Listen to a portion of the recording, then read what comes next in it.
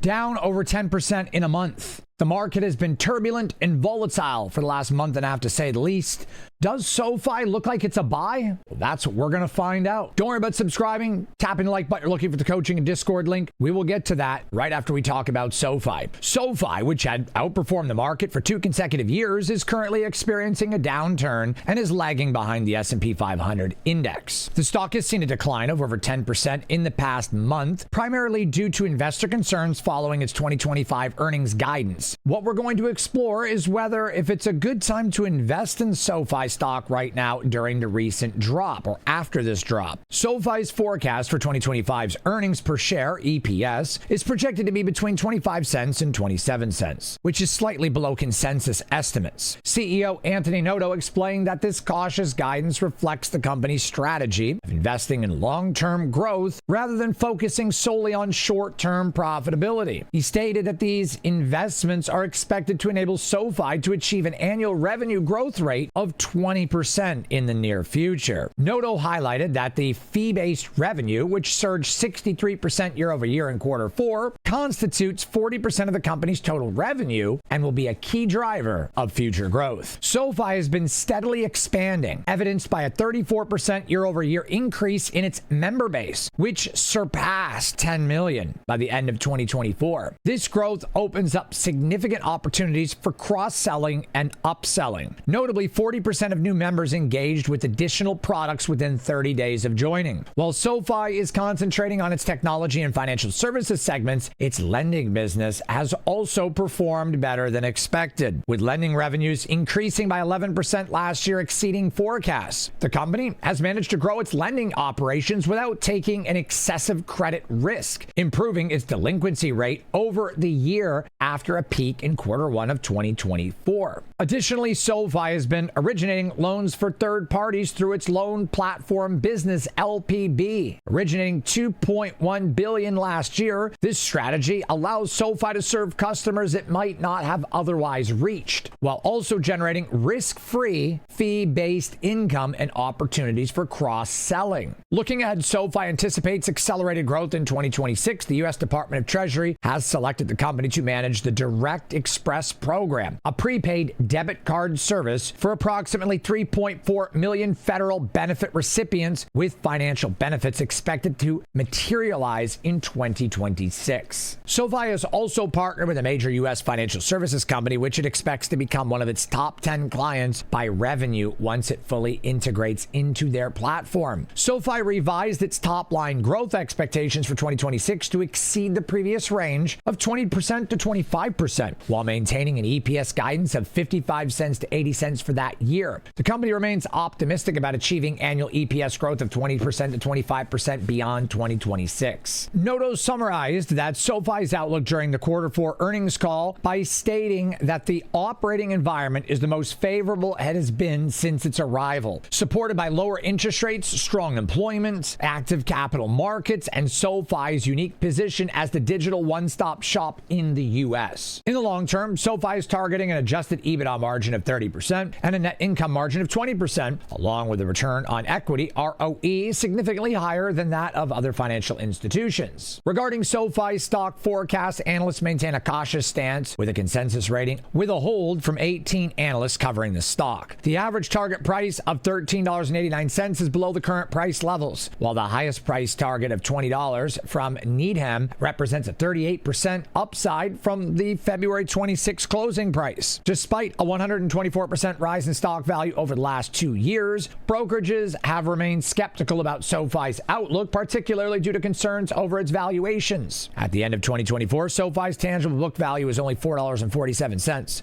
per share. While some may view SoFi as overvalued, it's important to note that the price-to-book metric may not fully capture the company's transition to non-asset-based income. It also doesn't take into account future guidance. Moreover, near near-term earnings, multiples appear elevated. With a forward price to earnings PE ratio of 55x compared to other financial firms, nonetheless, SoFi is poised for strong, profitable growth, guiding for an EPS of 55 to 80 cents for 2026. Historically, the company has been conservative in its forecast, often meeting or exceeding expectations, so it's likely to do it again. For long-term investors, SoFi's valuations may seem more reasonable, with a projected 2026 PE of just above 21x based on the midpoint of its guidance. One of the most important metrics when gauging the growth of a company that has a lot of potential for the future, but is not profitable right now, is something I explain and teach my students in Discord every single day. It's very important to understand price to sales. Apple's is like between 9 and 11, and anything below that is really good. SoFi had a price to sales of just 2.7 very recently up until October, November of 2024. Now it's closer to 6.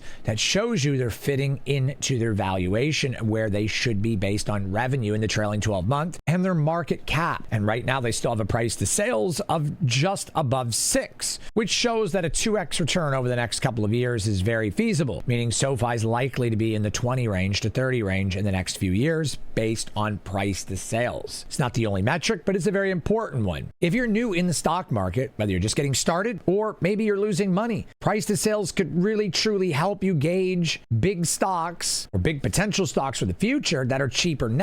It could really help you understand which companies are more likely to be profitable based on previous data. Previous data that's based on actual income, the trailing 12 month. Like I said, I teach this to my students and of course YouTube all the time, but it's a very big part of the curriculum I teach. So whether you're losing money in the stock market or you're new, just don't know where to begin, maybe you want to retire, I would love to help you. It's what drives me every single day. I've explained it before. I was raised Catholic. I grew up in a household that was very forgiving and did things to help others. My dad works with getting homeless veterans off the streets, and I help with teaching people how to save money and make money and retire. It's what I love to do. You can see my students' profits on the screen, making consistent money in my Discord and in my coaching, even in a down market. Don't take my word for it. Take a listen to what my student Flute had to say 6 weeks into my program. I am here with Flute Ramon, who has joined my Discord most recently. How you doing, Flute? Thank you so much, Corey. These 6 weeks have been the best weeks of my life. Thank you so much. You're very welcome, Flute. I started during COVID because I'm a musician and all my tour got canceled during COVID. And that's when I entered the stock market. And 2022, I think I came to options, and that's when I started losing a lot of money. And I lost a lot of money, like 90K or so. What stood out to you most about me in comparison to anyone else? Because I always liked the retirement strategy. And you had videos on SPY, how to retire with 10K. That was one of my goals. If I can make 10K a month. And then I was in the webinar. 15 minutes down the webinar, I saw the truth in you. When you spoke about your story, I could literally feel the truth. Then I just booked a call. I didn't wait for the webinar to get over. I found the earliest date available, booked the call. Without a mentor, I cannot win this game. I was almost this close to give it up and then focus on my music. I got lucky that I found you. Very nicely you teach it. You make it very simple, to the point. Those lesson modules are not lengthy, very, very concise. And I think even a high school student should understand all your lesson modules. They're simple, so good. What are you up since joining? You've been in this program for 6 weeks. Year to date, you were at a negative like $90,000 loss, which I've helped you pull out of. Share your experience. The truth is in the pudding. Why don't I share my screen? Do you see my year to date? $51,000, 26% in 6 weeks is amazing. Yeah. And you were in the negative from negative 30 all the way to positive 51 in 6 weeks. There's one more thing which I did not add. Hold on. Look at this. This is also, I just switching from Schwab to Fidelity. Even after all the losses, you've made almost 55,000 in 6 weeks. Absolutely. Yeah. Absolutely amazing, Flute. You changed my mindset, and I am not scared looking at red. And the lessons I've learned from you this past 6 weeks have been a transformative journey for me. I owe all this success to you. It's because of your mentorship. Night and day, I can see like how I was losing and how you changed me. Everything changed after that, after your mentorship. So you heard my student Flute had to say, if you want this to be your success story, I would love to help you grow your portfolio, just head over to investwithcorey.com, click on training. You'll be able to watch this video, which explains the details. Then you'll be able to book a call with my team and I so that I can create a program specifically for you to help you grow your portfolio just like my students. And I look forward to seeing you very soon. We can see SoFi has pulled back from the recent high of 18, I believe it's 1845. And this happens, stocks pull back. And the most recent gap was right around $13. So this has acted as a support, and the stock is supported off of that gap pretty strongly. If SoFi was to dip anymore, it would usually go below the gap and fill to the most recent high. So SoFi potentially could go to $11, but it's unlikely, but it is a looming possibility. But based on the belief in the stock, the sentiment, the guidance, and beating projections and beating estimates and beating earnings consistently, I believe this stock will support the mid to high 13 range, which means it's a perfect opportunity to get into $13.50 puts, or maybe even $13 puts going a month out. If you go weekly, you could do 14 and just continue to roll. Although on SoFi, I prefer to do $13.50 bi-weekly or $14 bi-weekly for more premium. But this would give you an average cost that is much lower. If you were to sell $13.50 puts and go 2 weeks out, you would be able to get a much lower average price. We can see the stock is actively going down right now. And depending on PMI services data this week on Wednesday, which is going to be the 5th. And of course, Jerome Powell speaking on Friday the 7th will have some impact in the market. But as long as services continues to expand like it's been doing, this stock will be okay, as will the stock market. I mean, it's going to be okay anyway, but I feel that this will make it a lot more positive and it will allow the stock to go up along with the stock market a lot quicker this week and next week because the sentiment and the data will be better if that's the case. And I believe it will be better. And I believe services will continue to expand like it has been. Also, if Jerome Powell speaks on Friday and mentions and speaks anything of interest rate cuts and gives us an indication of when and where these interest rates and how much they're going to be, this will be another great catalyst for SoFi. It will also be a great catalyst for the stock market. So that's something else to think about as well going out 2 weeks when you're selling a put. Selling a $13.50 put on SoFi would be down around here. In my opinion, it's safe because it's below this previous drop. This will be a really good entry point into SoFi. Now you can sell $14 puts and anticipate the stock will come down and drop and run because that is likely, especially if data is good. Could do this number right here and start to run as the weeks and the month goes on. And if you go 2 weeks out and then roll after that, 14 could be a good spot, but I prefer $13.50. I really do. $13.50 going 2 to 3 weeks out is really good. You're getting in at a good price. You're getting a discount because you're collecting the premium from the put. So if this $13.50 put is, let's say, $30, then your average cost is $13.20. Which is really good compared to where the price is right now and where it's been and where it's likely to go. SoFi is a great stock to buy. And for a growth stock, it's a lot safer than some of the other growth stocks like NEO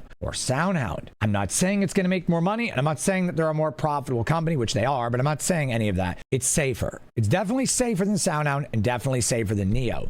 This is a good stock. And ultimately, I've continued to hold a position in SoFi, and I will continue to do so. SoFi is a great stock, and everyone should have a very small position in SoFi because of its future guidance and growth. Remember, Anthony Noto said, it's not a matter of if, it's a matter of when SoFi becomes one of the biggest banks in the United States. He also likes to sandbag the stock and underpromise and overdeliver, which are all great qualities to have as a CEO and how to run a company. SoFi, in my opinion, is still a very strong buy and stronger than it was recently because it's now at a discount. So this is ultimately the time to sell puts and start getting into SoFi before it goes up again. Don't forget, guys, you can sign up for my Discord training course and one-on-one coaching at any time. Investwithcorey.com. The link's in the information box below. And I look forward to helping you grow your portfolio. I'll see all of you guys on the next video. Take care of yourselves.